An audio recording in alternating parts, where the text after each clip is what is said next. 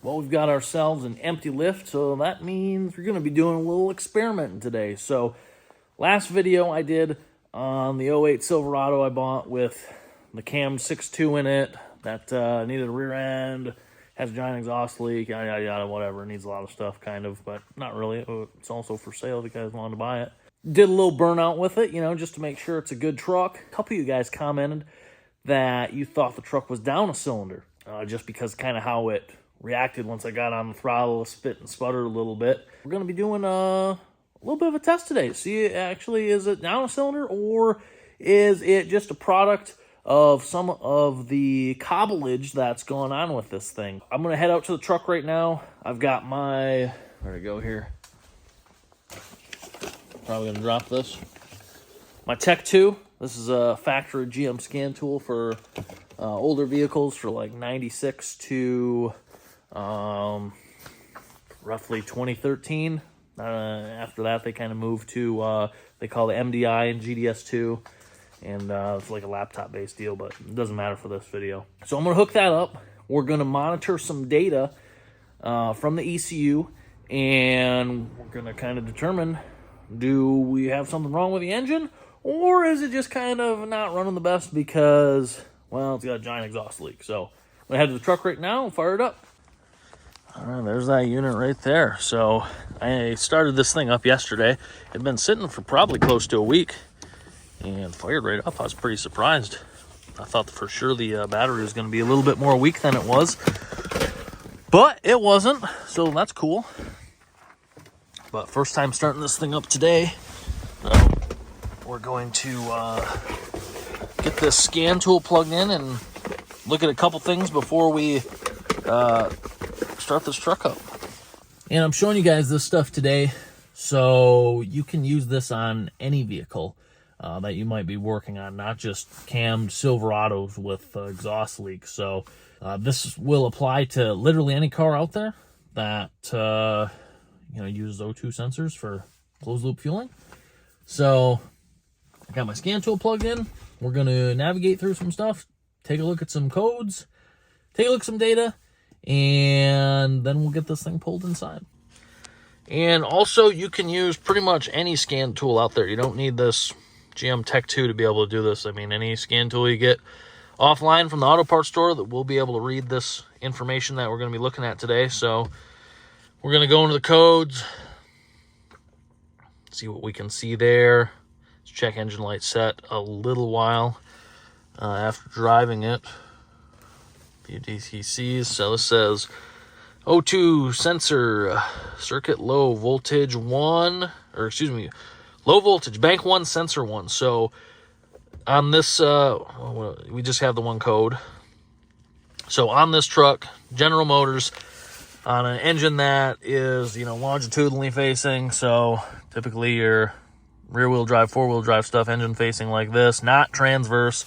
Bank 1 is going to be on the driver's side. So cylinders 1, 3, 5, 7, 2, 4, 6, 8. Bank 1 over here. So this indicates that we've got something going on with the Bank 1 O2 sensor. Sensor 1 is the upstream O2 sensor. That's the one that's responsible for closed-loop fueling. Sensor 2 is going to be a downstream O2 sensor that monitors the performance of the catalytic converters. Not going to be worrying about that today. If you guys want me to do a video on how downstream O2 sensors work, I can do that. So we're going to get the truck fired up. We're going to monitor some of the O2 sensor data. I'll explain to you how this stuff works as far as O2 sensors go. And then, like I said, we're going to pull this inside. I've got a couple tests that I want to run on this to determine what we actually have going on and show you guys how important it is to have a sealed off exhaust system without exhaust leaks. That's especially critical for tuning. Exhaust leaks can cause a lot of problems, some weird stuff. You might think it's not that big of a deal. It's just going to make the car loud. But in certain circumstances, depending on where it is, it can play a pivotal role in the vehicle's performance. So let's get this thing fired up and take a look at some numbers. Man, don't you guys just love when you think you took a video or a couple videos and then you go to edit said videos and you realize that you didn't actually hit record on your phone, so you didn't capture the video. So I'm making this in post. The rest of those videos already happened, but Just letting you guys know. So yeah, let's talk about O2 sensors. So O2 sensors, oxygen sensors, they're in your vehicle's exhaust. They detect the amount of oxygen that's in the exhaust. It's going to tell the ECU whether it's rich or lean, and it's going to determine that by the amount of millivoltage that the O2 sensor sends to the ECU. Most of the time, if you look on your scan tool, you can see the O2 sensors, the upstream O2 sensors, which are the ones that are providing the feedback to the ECU for closed loop fueling. They'll be oscillating between, well, roughly 100 and 900 millivolts. So somewhere in that range, a little bit higher. Sometimes the higher the number indicates it's more rich. The lower the number indicates it's more lean. But it's going to constantly be oscillating back and forth, rich, lean, rich, lean, rich, lean. So that's how the ECU determines whether or not the engine is running rich or lean. As the ECU corrects for the fueling, you'll see that oscillation take place. So what we're going to do now is fire up the scan tool, fire up the truck, and we're going to watch and see what the O2 sensor is doing. So I'm just going to show you guys the data, and we'll talk about that at that point. Let's do a little cold start on the old RB3. Find the keys for this unit.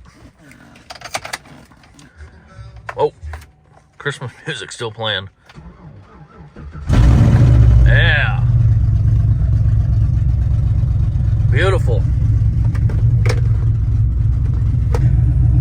All right, rot buggy's in closed loop, which means it's using the O2 sensors to correct for fueling. So the two we want to pay attention to are going to be bank 1 sensor 1, bank 2 sensor 1. So these are going to be the upstream O2 sensors that are used for closed loop fueling. We're not going to pay attention to sensors 2. Maybe you guys can see just how these are switching back and forth and kind of the values that you're seeing on both. So if we look at bank 2 sensor 1, which is the passenger side, we can see all the way up to what are we seeing, 898, 860, then it pulls down to 80, 60 something, back up to 8 something. It's switching around pretty good, and you know that bank isn't the best either. It's got flex pipe on it for an exhaust that connects the headers to the rest of the exhaust. So it's not super good. Let's look at bank 1 sensor 1 and what that one's kind of doing. So we can see here 500, 300, 500 again, 460. We're not really seeing those higher numbers like the 800s from this side. Oh, it is switching, but we're not really getting those values. So another figure that we want to pay attention to is the short-term fuel trims on this truck. So from the O2 sensor data, what that's seeing and giving feedback about to the ECU is how much the ECU needs to correct for the fueling. So if the O2 sensor is telling the ECU that truck's lean, the ECU is going to demand more fuel from the injector. So let's see what this is showing. For short-term fuel trims, long terms are turned off. That's not uncommon in a truck that's been tuned like this. So bank 1, we can see 21, 23%. So the ECU is saying, hey, I need to add 23% fuel to that bank. Where you can see bank number 2 only down 10, 12, much lower. So for whatever reason, bank number 1 is showing, way lean. So the ECU is trying to correct for that. Hypothetically speaking, let's just say that the issue is the fact that, well, this has the exhaust missing off of this bank 1. So the O2 sensor is picking up the outside ambient air, not necessarily just the exhaust gases that are coming out of the engine. It's picking up that outside air, saying, wow, it's super lean. I need to add more fuel. So when it adds all that fuel, 20-some% more fuel, actually going to be running way rich. And when it's running way rich,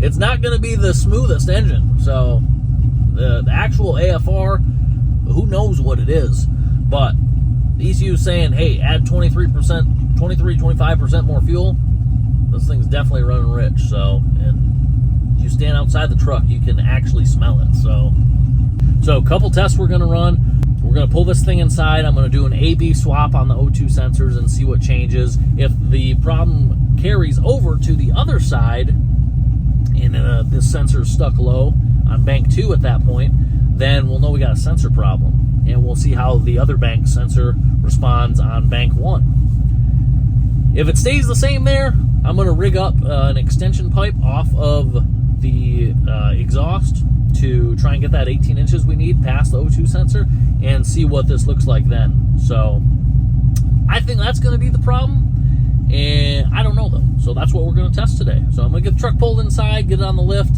and get those O2 sensors swapped out, number 1. So we're underneath this unit, and you can see here, this is our bank 1 O2 sensor. There's literally, I don't know what, a couple inches from the O2 sensor to the end of the exhaust. So just thinking about those exhaust gases coming out there and all this ambient outside air, it's picking up a lot of this outside air. So, but we also have some foolage here in the sheathing. Doesn't look like it's penetrated through the wires, but that's something to keep in mind as well. And then, well, that's custom mount there, I guess. I don't know if that's factory. What is that? I'm going to not mess with that. Over here, you can see Flex Pipe Deluxe. Not super good by any stretch of the imagination, but at least it's sealed off, so it's not picking up that outside air. Goes back into here where it collects. That's super ugly, super bad. Not impressed with that. That's got to be addressed. But what I'm going to do is take this O2 sensor out. It's a 22 millimeter. Unscrew that. Unscrew the bank 1. Swap those two. And then we're going to go back up into the truck and monitor the data. My prediction is we're going to find the same result. That's just what I'm thinking. Could be completely wrong. Who knows? But I'm going to get those two swapped. Should only take a couple minutes. And then we'll head back into the truck. Here's our two O2 sensors. Bank 1 on the left. Bank 2 on the right. Like I said, I'm going to take this one, put it in bank 1. This one's going in bank 2. Going to remonitor that data, see what we can see. All right, back in this unit. Let's get this sucker fired up.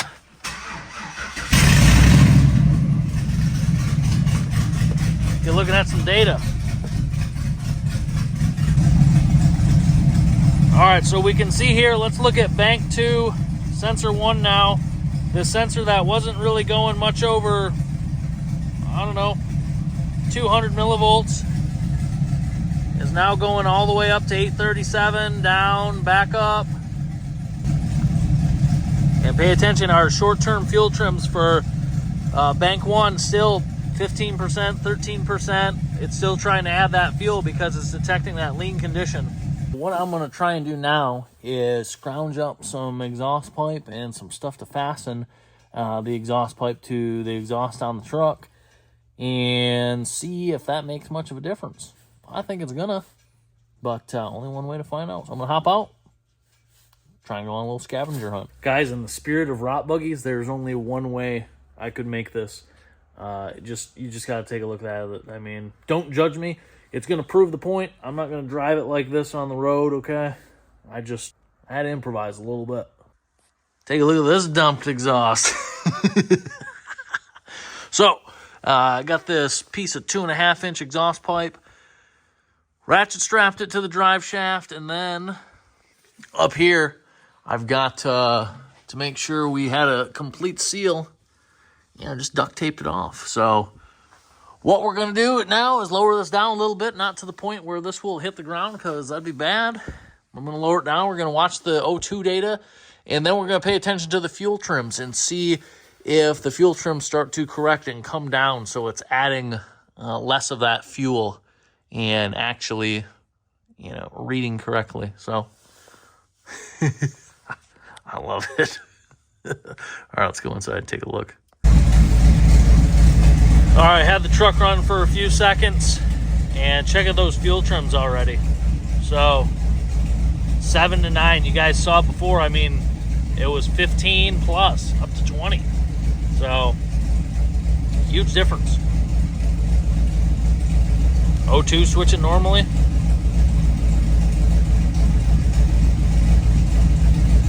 Life's good.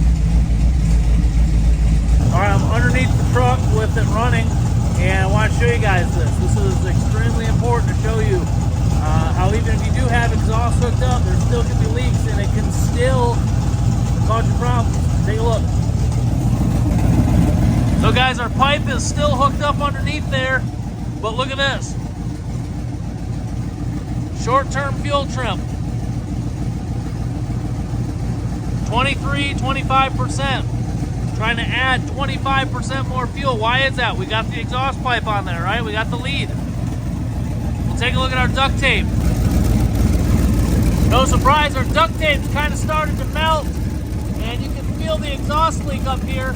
So even though that pipe is on there, it's still picking up that ambient air from around there. I'm gonna do it for this video. Just wanted to show you guys how important the details can be sometimes in the aspect of how a vehicle performs. So like I said, it doesn't need to be a modified vehicle. It could be a stock vehicle that you use some of this information on. If you want to switch an O2 sensor from side to side to see if it's going to react the same way, or to see if the problem follows to the other bank, you can do that.